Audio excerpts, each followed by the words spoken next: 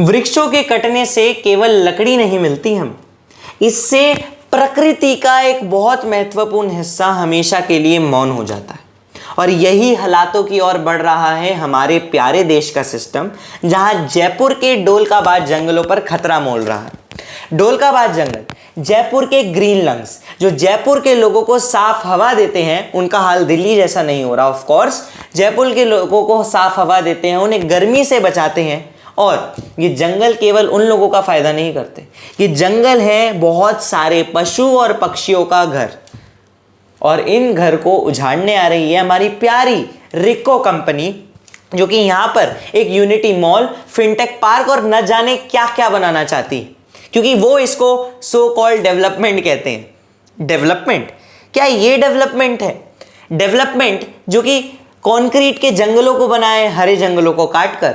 Development जो कि प्रदूषण को ऊंचे स्तर पर ले जाए और लोगों के फेफड़ों को फिश कर दे।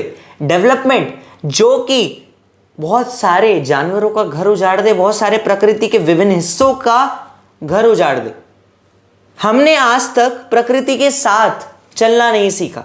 पहले के जमाने के लोग प्रकृति के साथ चलना जानते थे और तभी वो बहुत सुखी थे, परंतु आज कभी भी बाढ़ और कभी भी कुछ, कभी ज्यादा सर्दी कभी कम सर्दी, कभी ज्यादा गर्मी कभी कम गर्मी, कभी कहीं भी बारिश हो रही है, कभी कहीं भी ओले पड़ रहे हैं। ये सब हमारे कारण ही हो रहा है, क्योंकि हमने प्रकृति के साथ चलना कभी सीखा ही नहीं।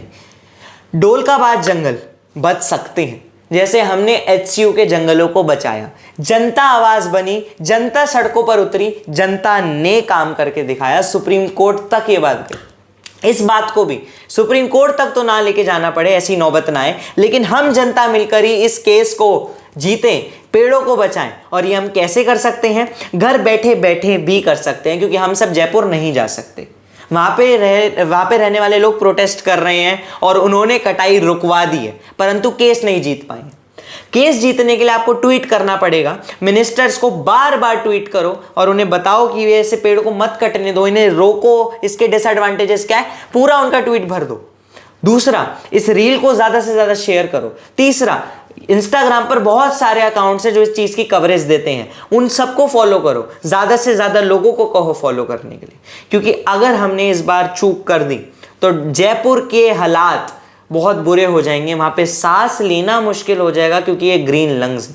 और फिर बाद में हम कहेंगे कि जानवर हमारे घर में आ रहे हैं, परंतु असली में हम ये भूल जाएंगे कि हम ही हैं जो जानवरों के घर में घुस रहे हैं।